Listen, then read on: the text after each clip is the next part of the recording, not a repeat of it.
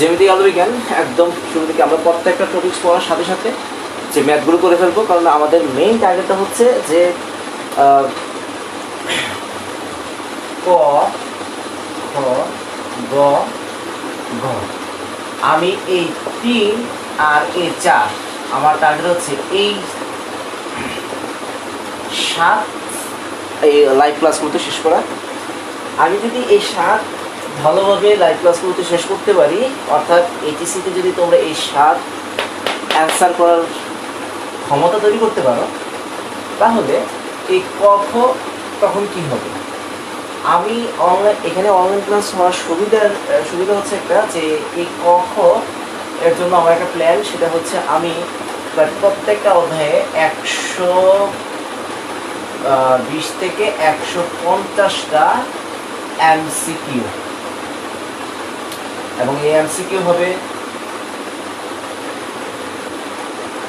Board college আর হচ্ছে admission test. Board college admission, অর্থাৎ board একদম ফুল বোর্ডের সবগুলো, আর বাকিগুলো থাকবে কলেজ এবং অ্যাডমিশন। তবে অ্যাডমিশন যারা পারবে তাদের কাছে বোর্ড আর কলেজের এমসিকিউ একেবারেই সহজ হয়ে যাবে। অ্যাডমিশনে যারা পারবে তাদের কাছে বোর্ড এবং এমসিকিউ এই কলেজের কোশ্চেনগুলো এগুলো কোশ্চেনই মনে হবে, এবং এগুলোর থাকবে এই অ্যাডমিশনগুলোর থাকবে ব্যাখ্যা, তারপরে কেন এলো, কোত্থেকে এলো, কেন এটা ঠিক না হয়ে ওইটা ঠিক হলো, থাকবে বিশ্লেষণ। আচ্ছা, ব্যাখ্যা বিশ্লেষণ আকারে দিলে যেটা হবে, তোমার এমসিকিউর দ্বারা বইয়ের প্রত্যেকটা কোণা টাচ হয়ে যাবে, তোমার টাচ হয়ে যাবে। আর আরেকটা হচ্ছে তোমার বেসিকটা স্ট্রং হবে। অ্যাডমিশন টেস্টে যেই জিনিসগুলো আসে সেখানে যে ম্যাথগুলো দেয়, সেই ম্যাথগুলো এই গ নাম্বারে আসার মতো ম্যাথ, সেই ম্যাথগুলো দিব, ব্যাখ্যা সহ দিব। আরেকটা বিষয় হচ্ছে যে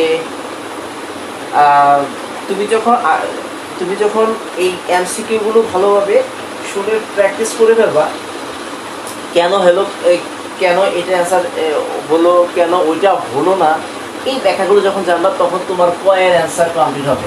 অর্থাৎ ক তোমার একেবারে মানে ক মানেই হচ্ছে যে তুমি এখন সবগুলোই এইগুলো প্র্যাকটিস করলে তোমার ক হবে। ইভেন তোমার বেসিকটা যে স্ট্রং হবে, সেই বেসিকটা দিয়ে তুমি খগুলো অ্যান্সার করতে পারবা। তোমার এখানে যে বেসিকটা অ্যাডমিশন টেস্টের যে এমসিকিউগুলোর যে বেসিক, অর্থাৎ একটা অ্যাডমিশন টেস্টের সলভ করতে কমপক্ষে 2 থেকে 3 মিনিট লাগবে। সেই 2-3 মিনিট আমি যে বেসিক লেভেলের যে কথাগুলো বলবো, সেই কথাগুলো যদি তুমি ভালোভাবে আয়ত্ত করে ফেলতে পারো, এবং সেখানে ক খ কমপ্লিট হবে, এবং অ্যাডমিশন লেভেলের যে ম্যাথগুলো আসে সেগুলোতে তুমি এইচএসসির গতে অ্যান্সার পাবা। তাহলে এমসিকিউগুলো তোমার বইয়ের প্রতিটা কোণা জানার জন্য হেল্প করবে।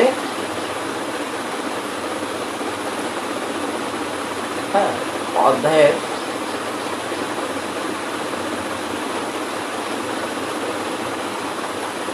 প্রতিটা অংশ ক্লিয়ার, মানে যেটা পড়ার কখনই তোমরা সেই সুযোগটা পাওনি, সেই সুযোগটা পেয়ে যাবা, অর্থাৎ বইয়ের প্রত্যেকটা অংশ ক্লিয়ার পাবা। আচ্ছা, এটা আর মেইন এখন আমার টার্গেট হচ্ছে যে যেহেতু থিওরি টোটালি আসে না, তারপরও আমি থিওরিতে যত কম কথা বলে তোমাকে ম্যাথগুলো সহজে ম্যাথগুলোর জন্য যতটুকু কথা বলতে ঠিক ততটুকু বলবো, তারপরে আমি ম্যাথ শুরু করে দেবো। তাহলে এই প্ল্যানে যদি তুমি শেষ করতে পারো, এইচএসসিতে এইচএসসি তোমার রেজাল্ট ডাউন হওয়ার কোনো চান্স নাই, কারণ যেহেতু তোমার পক্ষ চলে আসবে। আর আরেকটা হচ্ছে যে এই ক্ষেত্রে এই এমসিকিউর জন্য তোমাদের সবচেয়ে বড় প্রবলেমটা হয় এমসিকিউতে। তো এমসিকিউতে যদি তুমি কমপক্ষে 20 রাইট করে ফেলতে পারো, তাহলে তোমার A+ আর কোনো আটকানোর কোনো সুযোগ নেই। তো একটা নর্মাল একটা প্ল্যান আমি তোমাদের দেখাই, যে আসলে কীভাবে পড়াশোনাটা করলে তুমি ফিজিক্সে মানে খুব কম পরিশ্রমে তুমি A+ কাছে যেতে পারবা। সেই টেকনিকটা কী হবে, টেকনিকটা দেখো। টেকনিকটা হচ্ছে, এখানে আমার আছে ক, তারপরে খ, গ, ঘ। আমি ধরে নিলাম তুমি এমসিকিউর জন্য ভালোভাবে পড়েছো। তো ক যদি 5, ক যেখানে 5, খ হচ্ছে 10, গ হলো 15, আর এটা হলো 20।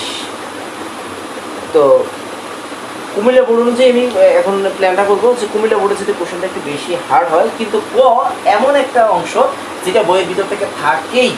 আমি ধরে নিলাম তুমি এনি হাও 5টা না পেরে, 5টা তুমি পারলে না, হ্যাঁ, তোমার এমসিকিউ যদি রাইট তুমি হয়তো 4টা পেরেছো, তারপর তো সাহায্য বিষয়টির সাথে এগুলো বাদ বাদ ধরলাম যে তুমি এখানে এক কথায় অ্যান্সার দিয়ে ফেলেছো এবং খুব ভালোভাবে তোমার এমসিকিউ প্রিপারেশন ছিল, অর্থাৎ কতে তুমি 4 পেয়েছো।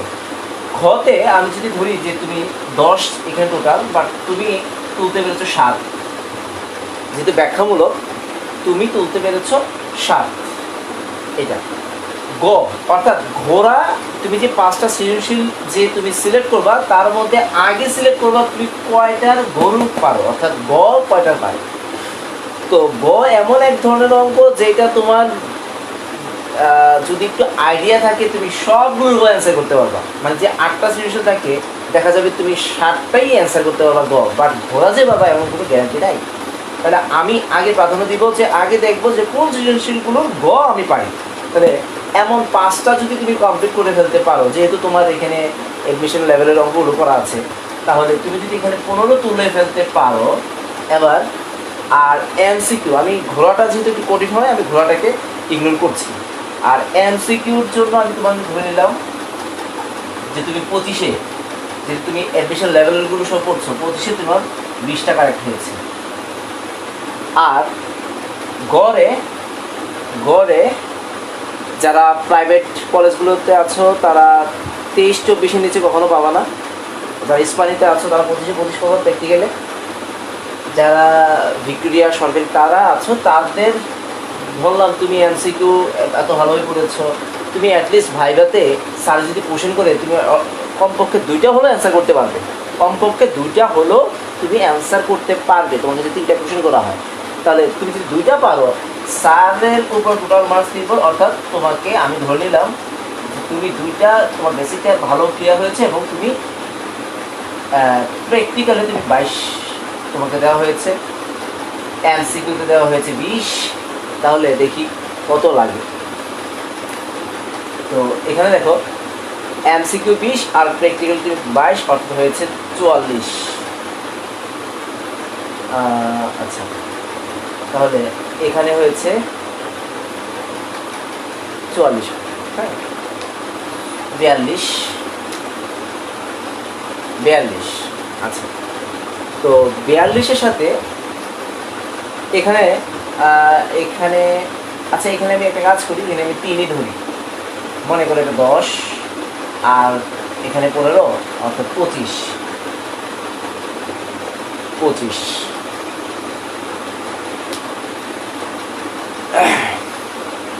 অর্থাৎ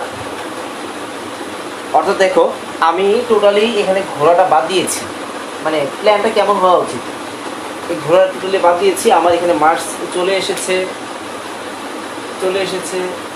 67। অর্থাৎ এ মাইনাসের ঘরে প্রবেশ করেছো তুমি এই 4 ছাড়া। তুমি যদি এখানে বলো যে ঠিক আছে আমি ঘোড়া পারি এমন মাত্র 3টা, মানে 3টা ভালো কোশ্চেন পারি, তো 3টাতে কত বললাম যে তুমি 12 পেয়েছো, 12 যদি হয় তাহলে অর্থাৎ তুমি এর ঘরে প্রবেশ করে ফেলেছো।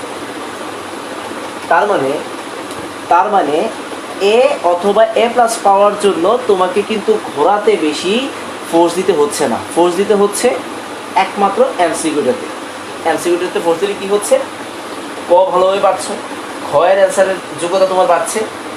গ তো এটা যে কেউই পারবে না, এটা তোমরা অলরেডি কয়েকটা পরীক্ষা দিয়েছো, তোমরা এটা বুঝতে নিজেরাও বুঝো যে গ পাওয়াটা একেবারে ইজি। ঘোড়াটা আমি বাদ দিয়ে রাখলাম। আর এইচএসসিতে যদি হিসেব করি, এইচএসসিতে আমি যদি ধরে নিই তুমি এমসিকিউ খুব এত ভালোভাবে পড়ার কারণে 20টা তো আমার হবেই, 20টা হবেই। কারণ আমি যত ভালো স্টুডেন্টগুলো দেখেছি যে আগে এমসিকিউ দ্বারা পড়েছিল তাদের 20টা নেওয়ার চেয়ে বেশিও হয়েছে। হ্যাঁ, তো 20টা হয়। আর প্র্যাকটিক্যালে তোমার যেহেতু বেসিকটা ক্লিয়ার, তোমাকে কোশ্চেন করলে তুমি 22 পাবা, এটা 100%। 22 পাবাই। ইভেন ভালোভাবে পারলে অনেক স্যাররা 24 দেয়, 25ও দিয়ে দেয়, ফুল মার্কসই দিয়ে দেয়। কেউ এখন আর কেউ এখানে কেউ আটকায় না এখন আর, এখানে ফুল মার্কসে দেওয়া হয়। তো দেখা যায় যে এরপরও তুমি জাস্ট 3টা সিরিজের অ্যান্সার করলে, 3টা, এখানে কিন্তু মাত্র 3টা আমি ধরেছি, 3টা অ্যান্সার করলেই তোমার হয়ে যাচ্ছে 79 ঘরে। হ্যাঁ, 79 ঘরে। তা তুমি যদি আরেকটু তোমার দক্ষতা যদি পাওয়ার হতে বাড়ায় ফেলো, এখানে না বাড়ালেও চলবে, অর্থাৎ চলে আসে মার্কস। তো সিস্টেমটাই হচ্ছে এটা, যে আসলে কোন অংশটা বেশি জোর দিয়ে পড়বো। হ্যাঁ, এই ঘোরার জন্য তোমরা পড়তে পড়তে সব শেষ করে ফেলো, কিন্তু যেইটা পড়া উচিত সেটা হচ্ছে ক, খ আর এমসিকিউ, সেটা না পড়ে এখানে বেশি ফোর্স দাও। ফোর্স দিয়ে দেখা যায় কি, এখানে যতই ফোর্স দাও, মানে 4টা অ্যান্সার করা, 4টা ক্লিয়ার অ্যান্সার করাটা অনেকটা টাফ হয়ে যায়। 4টা ক্লিয়ার অ্যান্সার করা খুবই টাফ হয়ে যায়। তো আমার কথা হচ্ছে এখন থেকে যে কাজটা করবো, ক, খ, গ আর এমসিকিউটা ঠিকঠাক পড়বো, তাহলেই ইনশাল্লাহ সব কিছুই তোমার অনুকূলে চলে আসবে। ওকে, তাহলে আমি এখন পড়া শুরু করবো।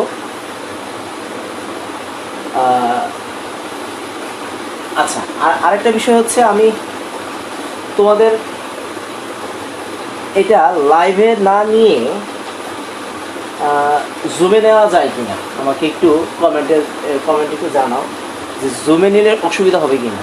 লাইভে একটা সুবিধা হচ্ছে যে এখানে তোমার নেট স্পিডের উপর ডিপেন্ড করে যে তুমি আসলে কেমন দেখবা। আর জুমে একটু লেখাগুলো একটু অস্পষ্ট থাকে, আবার হ্যাঁ প্রশ্ন করা যায়, তবে আমি যেভাবে পড়াবো, এই পড়ানোর পর তুমি যদি আরেকবার ভিডিওটা দেখো, তোমার মধ্যে কোনো কোশ্চেন থাকবে না, তেমন কোনো কোশ্চেনই তোমার থাকবে না। আচ্ছা, এখানে কে কে একটু কমেন্ট করেছে? রেদওয়ান, ওয়ালাইকুম আসসালাম। আচ্ছা, ঠিক আছে, তাহলে চলে যাই আমরা লাইভের কাতারে চলে যাই। প্রথম অংশটা হচ্ছে, আমি প্রথম অংশটাই বুঝাবো। এটা হচ্ছে এ মাধ্যম, এটা হচ্ছে বি মাধ্যম, এবং এই মাধ্যমটা হচ্ছে ঘন মাধ্যম। আলোকরশ্মি এ মাধ্যমে এসে, এ মাধ্যম থেকে এসে তার যাবার কথা ছিল, আলোকরশ্মিটার যাবার কথা ছিল এইভাবে, কিন্তু সে এইভাবে না গিয়ে ঘন মাধ্যমে, আমরা জানি হালকা থেকে ঘনত্বে প্রবেশ করলে অবিলম্বের দিকে বেঁকে যায়, তাহলে এই কোণটা হচ্ছে আপতন কোণ, এই কোণটা হচ্ছে প্রতিসরণ কোণ, আর এই ছোট কোণটা এটা হচ্ছে বিচ্যুতি কোণ, এটা হচ্ছে বিচ্যুতি কোণ। আচ্ছা, এখন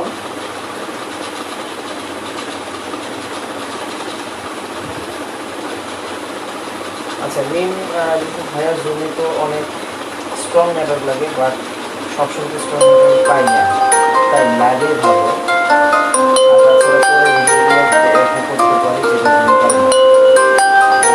আচ্ছা, আমি দেখি যেটা ভালো হয় আমি সেটাই একটু করার চেষ্টা করবো।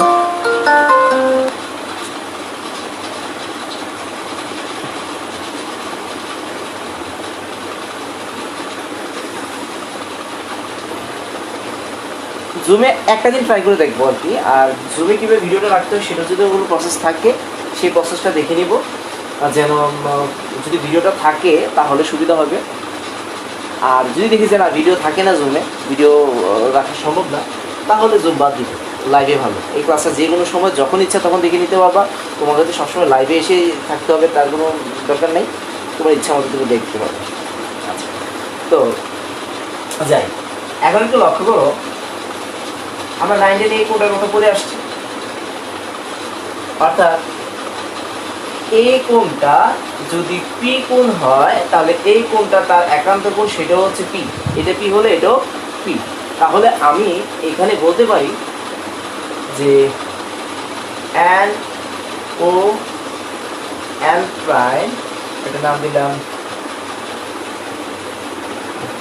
পি, এটা দিলাম কিউ। তাহলে আমি বলতে পারি এন ও পি একান্তর এন ও পি একান্তর হচ্ছে ও এন প্রাইম কিউ।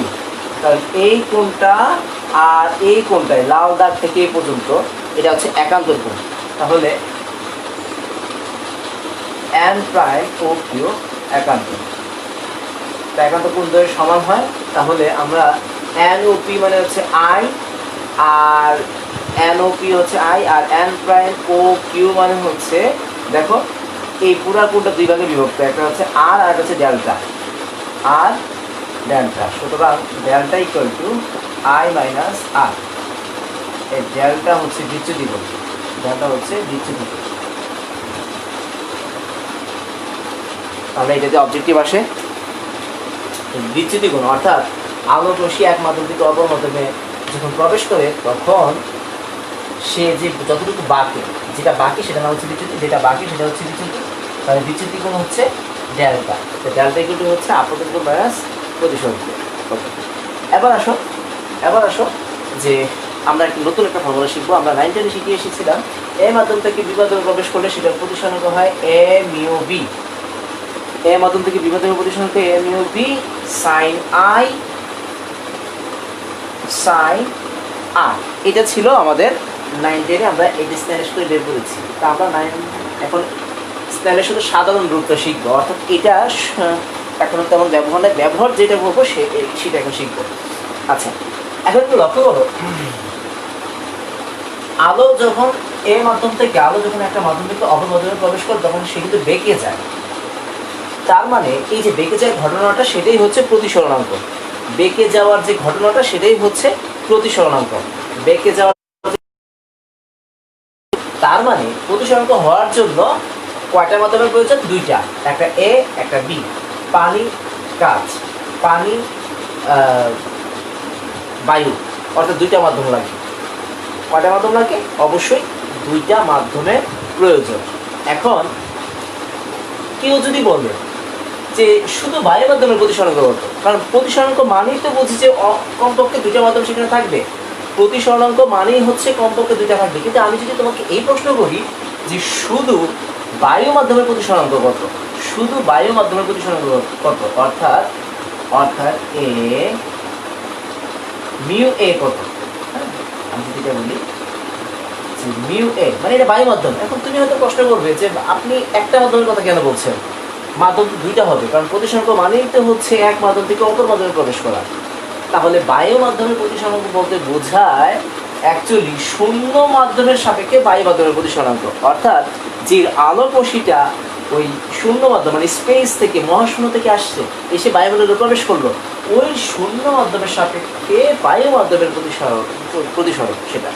তার মানে যদি কখনো বলা হয় শুধু বায়ু কত, তার মানে অ্যাকচুয়ালি শূন্য ছিল। শুধু পানি কত, তার মানে অ্যাকচুয়ালি শূন্য মাধ্যমের সাপেক্ষে পানি কত সেটা বোঝাচ্ছে। তো এই শূন্য মাধ্যমের সাপেক্ষে বায়ু মাধ্যমের প্রতিসরণাঙ্ক সেটার নাম হচ্ছে পরম প্রতিসরণাঙ্ক। পরম প্রতিসরণাঙ্ক। তাহলে শূন্য মাধ্যমের সাপেক্ষে কোনো মাধ্যমের প্রতিসরণাঙ্ক মানে হচ্ছে পরম প্রতিসরণাঙ্ক, শূন্য মাধ্যমের সাপেক্ষে যে কোনো মাধ্যমের প্রতিসরণাঙ্ক হচ্ছে পরম প্রতিসরণাঙ্ক। কিন্তু এ মাধ্যমের সাপেক্ষে বি সেটা পরম প্রতিসরণাঙ্ক না। বি এর সাপেক্ষে সি, সি এর সাপেক্ষে ডি, এগুলো কখনোই পরম প্রতিসরণাঙ্ক না। পরম প্রতিসরণাঙ্ক হতে হলে শূন্য মাধ্যমের সাপেক্ষে হতে হবে, এটাই হচ্ছে শর্ত। আচ্ছা, তাহলে এটা বোঝায়। এখন এই জিনিসটার মধ্যে কয়টা মাধ্যম আছে? অবশ্যই দুইটা মাধ্যম আছে এই জিনিসটার মধ্যে। তাহলে এটার মধ্যে যদি দুইটা মাধ্যম থাকে,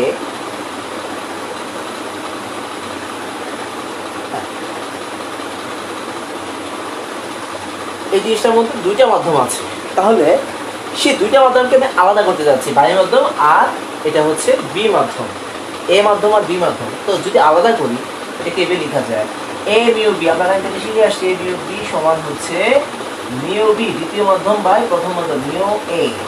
এটা দ্বিতীয় মাধ্যম বাই, অর্থাৎ যেটা সেকেন্ড থাকে সেটা উপরে হবে, যেটা প্রথম থাকে সেটা নিচে হবে। এবং এটা অ্যাকচুয়ালি বোঝায় এইভাবে বোঝায়, অর্থাৎ শূন্য মাধ্যমের সাপেক্ষে বি মাধ্যম, শূন্য মাধ্যমের সাপেক্ষে এ মাধ্যম। তবে শূন্যগুলো লিখতে হয় না, শূন্য লেখার কোনো প্রয়োজন নেই। তাহলে এটাকে যদি আমি ভাঙি আমি পাচ্ছি mu B mu A sine i sine r যদি আমি আড়াআড়ি গুণ দিই, আমি পাচ্ছি mu B into sine R mu A into sine i. এখন থেকে আমরা এটা শিখবো, এটা আমাদের অনেক কাজে লাগবে, অনেক ক্ষেত্রে কাজে লাগবে। অর্থাৎ mu B sine R mu A sine i. দেখো বিষয়টা দেখো, এটা কীভাবে আমরা খুব ইজিলি আমরা এটা আয়ত্ত করতে পারবো। যেমন যেমন মিউ বি মানে কি, বি মাধ্যমের প্রতিসরণ না। আচ্ছা, বি মাধ্যমে যে কোনটা হয়েছে সেটা কি আই না আর? অবশ্যই আর। তাহলে বি মাধ্যম ইন্টু সাইন আর, তাহলে ইকুয়াল টু এ মাধ্যম মিউ এ, এ মাধ্যমের প্রতিসরণাঙ্ক ইন্টু সে মাধ্যমে হচ্ছে আপতন কোণের সাইন আই অর্থাৎ সাইন আই। তাহলে বি মিউ বি লিখলে লিখবো সাইন আর, মিউ এ লিখলে লিখবো সাইন আই। এটাই হচ্ছে স্নেলের সূত্রের সাধারণ রূপ। যেটা পড়ালাম সেটা হচ্ছে স্নেলের সূত্রের সাধারণ রূপ। এবার আমি তোমাদেরকে একটা প্র্যাকটিস দিব, সেটা হচ্ছে টি এস মাধ্যম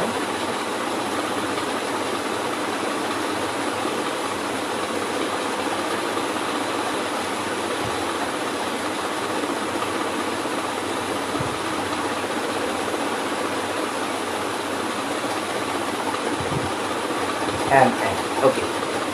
তাহলে আলোক রশ্মি আবার ঘন থেকে হালকায় যাচ্ছে, বুঝলাম কিভাবে? আমি তো মার্কিং করি না কোনটা ঘন কোনটা হালকা। কারণ দেখো, আলোক রশ্মি যখন হালকা থেকে ঘনতে যায় তখন অবিলম্বের দিকে সরে আসে, কিন্তু যখন ঘন থেকে হালকায় যায় তখন দিকে না সরে দূরে সরে যায়। যেমন তার যাওয়ার কথা ছিল, এই রশ্মিটা যাওয়ার কথা ছিল এইভাবে, সে এইভাবে না গিয়ে, অর্থাৎ এইভাবে না গিয়ে সে অবিলম্বের দিকে গেল না, উল্টা দূরে সরে গেল। তাহলে মানে নিশ্চয়ই এখানে এস গ্রেটার দেন টি, মানে মাধ্যমের হচ্ছে এস গ্রেটার দেন টি, আর এখানে হচ্ছে বি গ্রেটার দেন এ, তাহলে ঘন মাধ্যম হচ্ছে এস। এখন আমি যদি বলি এইটা থেকে স্নেলের সূত্র সাধারণ রূপটা আমাকে দেখাও, তখন তুমি যে কাজটা করবে, তুমি প্রথমে লিখবে যে হ্যাঁ তোমার ইচ্ছা মতো তুমি আপতন কোণ যেটা ইচ্ছে সেটা লিখতে পারো। এখানে আপতন কোণ এম দেওয়া আছে, প্রতিসরণ কোণ এম দেওয়া আছে। তো আপতন কোণ যদি এম হয়, এম আছে এস মাধ্যমে, তাহলে তুমি লিখবে mu S into sine m, m কোণ, আর এখানে লিখবে mu p into sine n কোণ। ওকে, তাহলে এই হলো স্নেলের সূত্রের সাধারণ রূপ। এবার একটা অঙ্ক দিব তোমাদেরকে।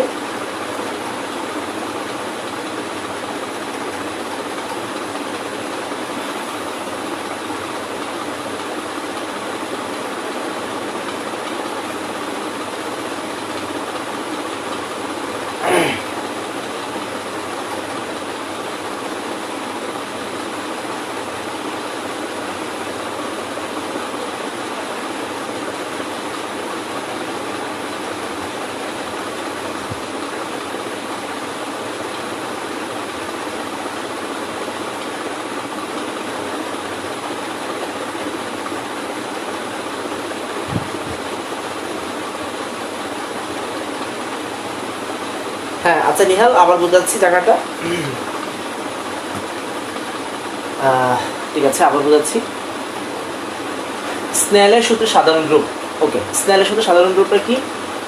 আমরা 9-10-এ যেটা শিখে এসেছিলাম যে এ মিউ বি, আর সেটা সমান ছিল মিউ বি মিউ এ, অর্থাৎ এ মাধ্যমের সাপেক্ষে বি মাধ্যমের প্রতিসরণাঙ্ক, এ মাধ্যমের সাপেক্ষে বি মাধ্যমের প্রতিসরণাঙ্ক, এ মাধ্যমের সাপেক্ষে বি মাধ্যমের প্রতিসরণাঙ্ক হচ্ছে আলাদা আলাদা করে যদি আলাদা আলাদা করে বলি, তাহলে শূন্য মাধ্যমের সাপেক্ষে শুধু বি মাধ্যমের প্রতিসরণাঙ্ক ডিভাইডেড বাই শূন্য মাধ্যমের সাপেক্ষে শুধু এ মাধ্যমের প্রতিসরণাঙ্ক। তবে এখানে মজার কথা হচ্ছে শূন্যটা লেখার কোনো প্রয়োজন নেই, আচ্ছা, এক, এটা আমরা লিখতে পারি। তার মানে এম ইউ বি সমান এটা আমরা লিখতে পারি। তাহলে এম ইউ বি সমান এটা লেখা যায়। তাহলে এখন আমি যদি বলি তোমাকে এস মিউ টি, তখন তুমি লিখবা যে মিউ টি উপরে, মিউ এস নিচে। আচ্ছা, তো যেটা আমরা পড়তাম এম ইউ বি, সেটাকে লেখা যায় এটা। তাহলে এম ইউ বি সমান কি ছিল?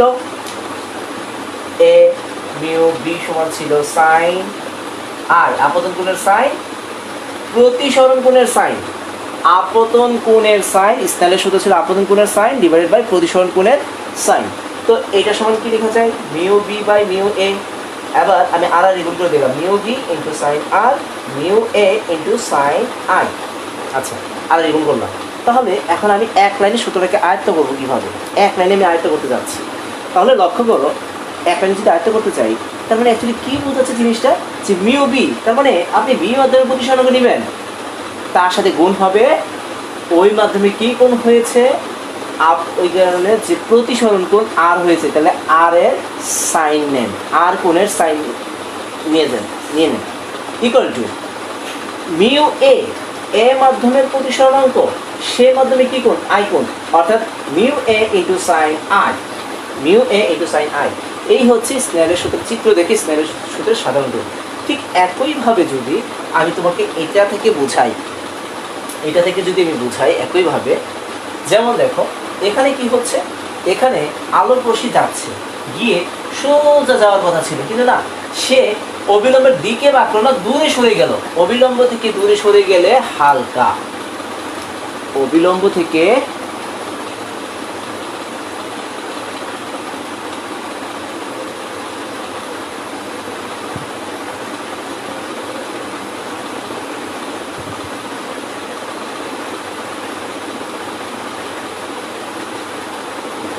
হালকা মাধ্যম বোঝায়। অবিলম্ব থেকে যদি দূরে সরে যায়, এই হচ্ছে অবিলম্ব, তার থেকে যদি সে দূরে সরে যায় তাহলে হালকা। আর যদি অবিলম্বের দিকে, যেমন দেখো এটা অবিলম্ব, আলো সে যাওয়ার কথা ছিল এইদিকে, কিন্তু সে দূরে না গিয়ে সে ওটা আরো কাছে চলে এলো, দূরে না গিয়ে সে কি কাছে চলে এলো, আর সে কাছে না গিয়ে সে দূরে চলে গেল, তাহলে সে চলে গেল দূরে, সে চলে এলো কাছে। এখন যদি অবিলম্বের কাছে চলে আসে তাহলে ঘন মাধ্যম, আর অবিলম্ব থেকে দূরে সরে যায় তাহলে হালকা মাধ্যম। তাহলে এই চিত্রতে বোঝাচ্ছি যে অ্যাকচুয়ালি এখানে ঘন মাধ্যম হচ্ছে, এখানে ঘন মাধ্যম হচ্ছে এই এস, হালকা হচ্ছে টি। ওকে, তাহলে এখন যদি বলি এই ক্ষেত্রে স্নেলের সাধারণ সূত্রটা অ্যাপ্লাই করো, এই ক্ষেত্রে স্নেলের সাধারণ সূত্র অ্যাপ্লাই করো, তো তুমি যে কাজটা করবে, তুমি মিউ এস অর্থাৎ এস মাধ্যমের প্রতিসরণাঙ্ক, মিউ এস ইন্টু ইন্টু সে মাধ্যমে কী কোণ আছে বলতো, এন কোণ না, sine N, equal to mu T এই মাধ্যমে, তো টি মাধ্যমের প্রতিসরণাঙ্ক ইন্টু সাইন এন, কাজ শেষ। আচ্ছা, তারপরে বলো যে এখানে আর কোথাও বলতে হবে কিনা, আমাকে কোন অংশটা আবার রিপিট করবো না পুরোটা আবার রিপিট করবো, একটু বলো। তবে সহজ বিষয়, তুমি ভিডিওটা শেষ হওয়ার পরও যদি পরে এসে থাকো, শেষ হওয়ার পরে যদি তুমি দেখো 100% বুঝতে পারবা, না বুঝলে আমাকে কল দিও মেসেঞ্জারে, আমি আবার এটা দেখাই দিব। তবে এটা আমি শিওর যে এটা বুঝতে পারবা, কারণ তুমি আর একটু এই ভিডিওটা শেষে জাস্ট একটু দেখে নিও, 100% বুঝতে পারবা, কারণ এত কঠিন কিছু ছিল না, এখানে 2-3 লাইনে করা ছিল। আচ্ছা, নিহাল বুঝছো, ওকে নিহাল গুড। আচ্ছা, তাহলে এবার আমি একটা অঙ্ক দিতে যাচ্ছি তোমাদেরকে, ঠিক আছে? একটা অঙ্ক করো, খাতা নিয়ে বসতে হবে, ফিজিক্স মানে খাতা নিয়ে বসতে হবে। মাঝে মধ্যে আমি এখানে যে টপিক্স পড়াবো টপিক্স অনুযায়ী অঙ্ক দিব।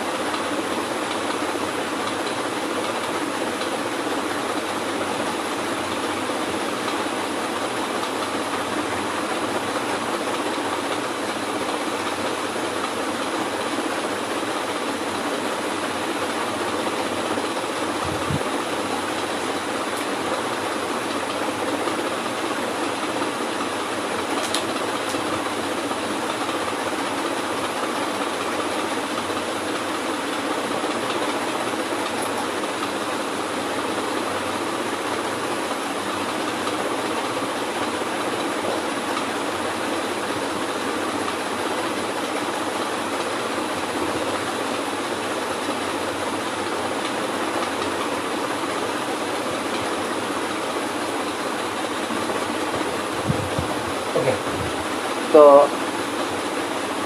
দেখি এবার এই অঙ্কটা কি কয়জন অ্যান্সার করতে পারো, আমাকে একটু এটার অ্যান্সারটা দেখাও। যে মিউ এ মান হচ্ছে 1, আপাতন কোণের মান 45, বিচ্যুতি কোণ হচ্ছে 15 হলে মিউ ডাব্লিউ এটার প্রতিসরাঙ্ক কত, মিউ ডাব্লিউ কত? আচ্ছা, তাহলে তোমরা দেখি আমিও পাশাপাশি আমি অঙ্ক করতে থাকবো, আমার আগে অ্যান্সারটা দিতে পারো কিনা আমি সেটা দেখবো। ওকে, তাহলে আমি যাই যে আমি এখানে যে সূত্রটা অ্যাপ্লাই করবো সেটা হচ্ছে আমরা জানি যে স্ন্যাগের সূত্রে এই সবগুলোই আছে। স্ন্যাগের সূত্রে সাধারণ রূপটা কী ছিল? সাধারণ রূপটা যেহেতু মিউ ডাব্লিউ বের করবো, মিউ ডাব্লিউ যদি মিউ ডাব্লিউ নেই তাহলে নিব সাইন কোণ আর নিব, কারণ এখানে প্রতিসরণ কোণ একটা আর আছে, সাইন আর। আর যদি মিউ এ নেই, মিউ এর মধ্যে কি কোণ? আই কোণ, নিব সাইন আই। আমার প্রশ্ন হচ্ছে আর তো এখানে নাই, তাহলে মিউ ডাব্লিউ জানতে হলে আমাকে আর জানতে হচ্ছে, মিউ ডাব্লিউ জানতে হলে আমাকে আর জানতে হচ্ছে। তো mu W equal to mu A sine i sine r. Okay, এখন প্রশ্ন হচ্ছে আর পাবো কোত্থেকে? আমরা একটু আগে একদম প্রথম সেকশনে শিখেছিলাম যে বিচ্যুতি কোণ ডেল্টা ইকুয়াল টু। আর আরেকটা কথা বলি, তোমাদের নেট স্পিডের কারণে হয়তো তোমরা মাঝে মধ্যে ঘোলা দেখতে পারো, বের হওয়ার কোনো প্রয়োজন নাই, বাট আমার নেট খুবই ক্লিয়ার। তোমরা যখন ভিডিওটা শেষ হবে তখন খুব ক্লিয়ার মোডে দেখতে পাবে। তুমি মাঝে মধ্যে একটু ঝাপসা হবে, সমস্যা নেই, সেটা বেশিক্ষণের জন্য না। ডেল্টা ইকুয়াল আমরা কী বলেছিলাম মনে আছে? আই মাইনাস আর ছিল না? তো delta equal i minus r ছিল, তাহলে r equal to i minus delta. I কত? 45, ডেল্টা কত? 30, তাহলে আর কত পেলাম? 30। ওকে, সব কমপ্লিট। এটার মান হচ্ছে 1 সাইন 45 সাইন 30, সাইন 45 হচ্ছে 1/√2, এটা হচ্ছে 1/√2 ইন্টু সাইন 30 হচ্ছে হাফ টোটাল হবে 2/1, অর্থাৎ যদি আমরা কাটি আমরা পাবো 1/2/√2। তাহলে একটা কাজ করি, জাস্ট 2কে লেখা যায় না, √2 ইন্টু √2, তাহলে কাটলে অ্যান্সার হচ্ছে √2। মিউ ডাব্লিউ হচ্ছে √2 অ্যান্সার। হ্যাঁ, ফরাস অ্যান্সার দিয়ে ফেলেছ, ঠিক আছে, মিলেছে। ফরাস আমার আগে অ্যান্সার দিয়ে ফেলেছ।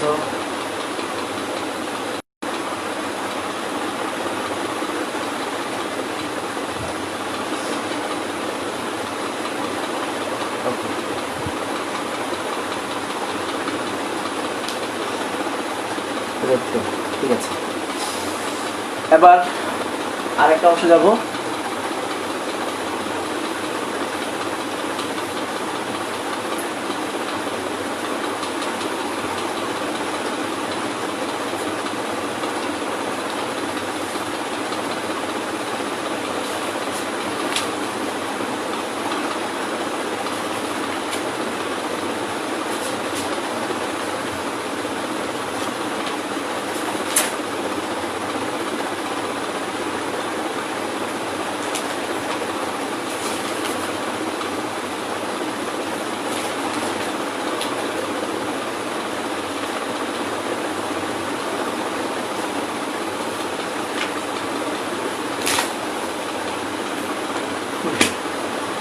এখন যে অঙ্কটা করাবো এই অঙ্কটা এখন পর্যন্ত কোনো বোর্ড বা কোনো ইয়েতে আসেনি, অ্যাডমিশন টেস্ট কোথাও আসেনি। তবে যেটা আসেনি তোমাকে সেগুলো খুঁজে খুঁজে বের করতে হবে, কারণ বোর্ড কোশ্চেনগুলো এখন যেমন হচ্ছে যে প্রতিনিয়ত তারা চেঞ্জ করছে কোশ্চেনগুলোকে। মানে আগে যা এসেছে তার থেকে তোমার সিলেবাসের মধ্যেই থাকে, বাট টপিক্সটা তারা চেঞ্জ করে। তো সেইগুলো তোমাকে খুঁজে খুঁজে বের করতে হবে, যেন চেঞ্জ করলে যেন তোমার জন্য কমন পড়ে যায়। যেমন আমি এখানে এই অঙ্কটা করাবো।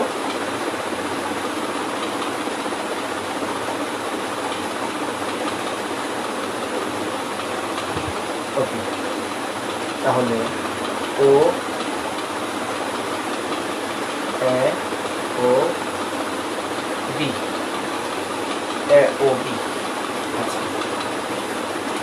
মাধ্যম হচ্ছে পিকিউ। তো প্রশ্নটা হচ্ছে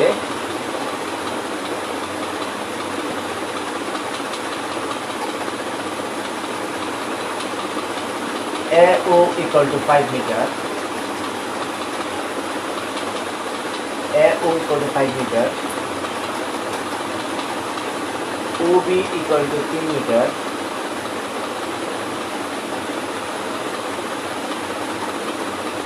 আলো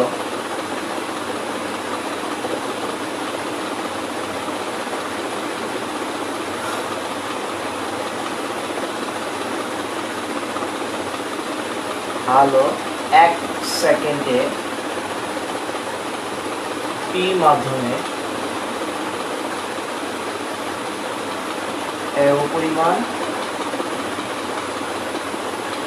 ও কিউ মাধ্যমে ওবি পরিমাণ কিউ মাধ্যমে ওবি পরিমাণ পথ অতিক্রম করে, পথ অতিক্রম করলে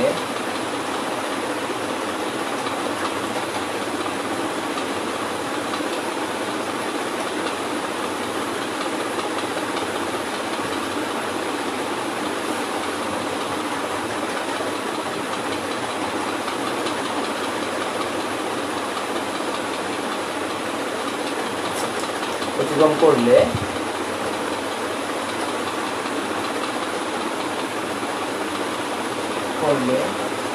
p mu q equal to what? তো পি মিউ কিউ অর্থাৎ পি এর সাপেক্ষে কিউ এর প্রতিসরাঙ্ক কত? তো দেখো এখানে কোন টুন কিছু দেওয়া নেই। আচ্ছা, মিমের এসেছে 1.33।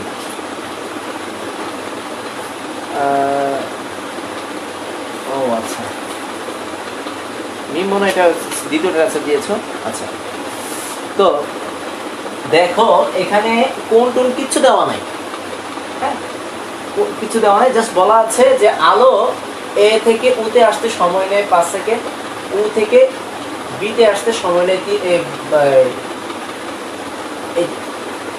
1 সেকেন্ড, এইখান থেকে এখানে আসতে 1 সেকেন্ড নেয়, বাট 5 মিটার, এখান থেকে এখানে যেতে 1 সেকেন্ড নেয়, কিন্তু সেটা হচ্ছে 3 মিটার।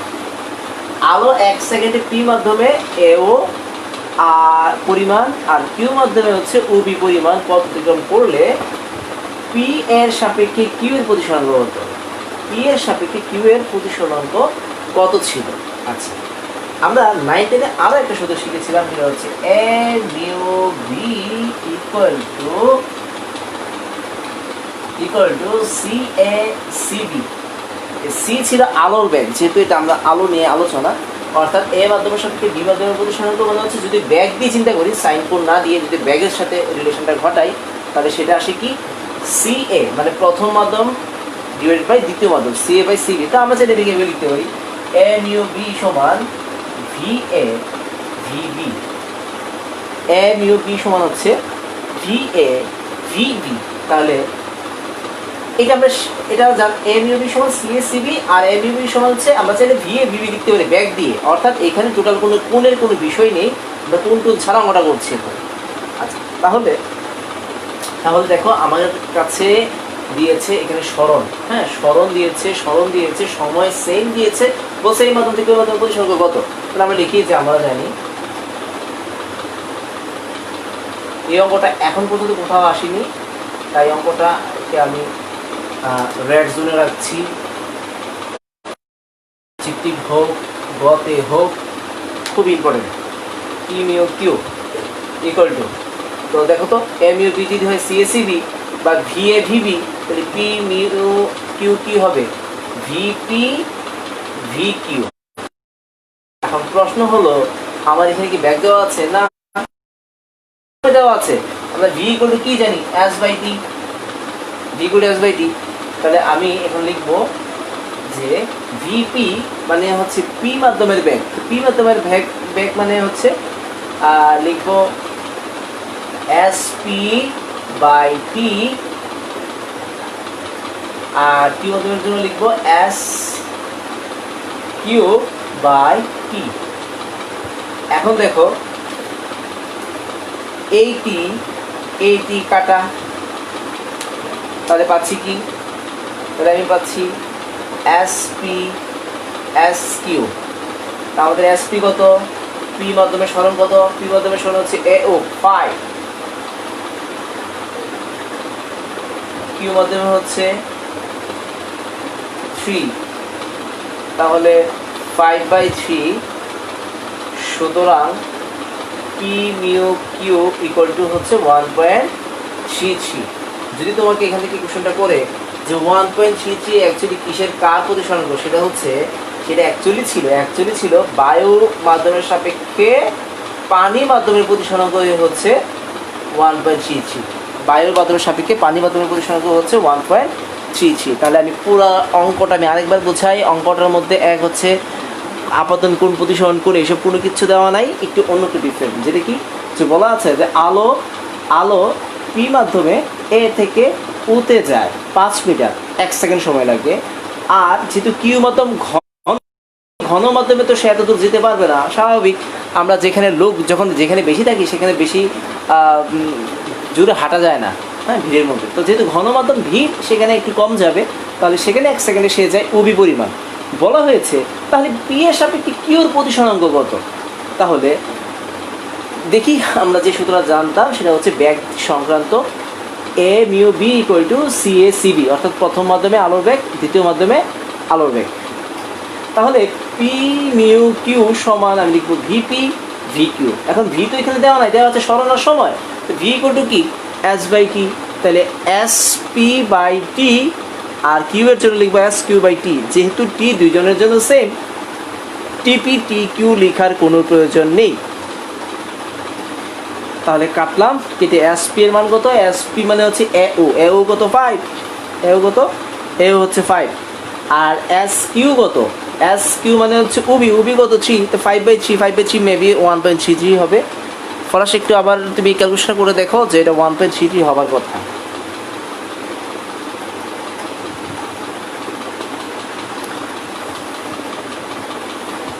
আচ্ছা, নিহাল বুঝছো কিনা আমাকে একটু জানাও।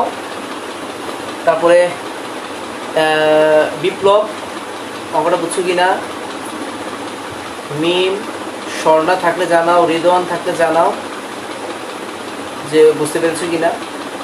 মানে কোথায় বলবো, তিতাস বললো, নিহাল বুঝছো, ওকে গুড। আচ্ছা, তিতাস বুঝলে জানাও।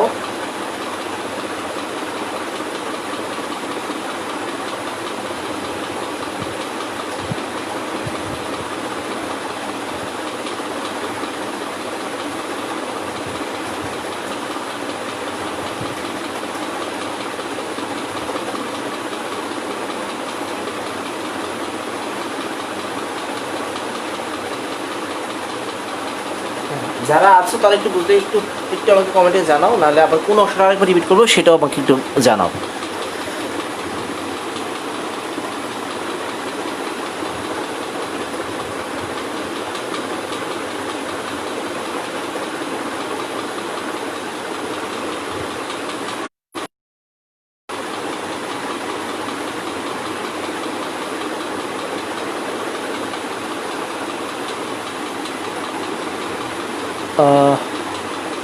ওকে,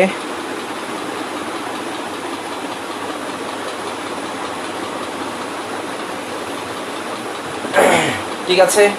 তাহলে হ্যাঁ, ঠিক আছে, তিতাস বুঝতে পেরেছো, ওকে। তাহলে আর আমি আরেকটা বলবো,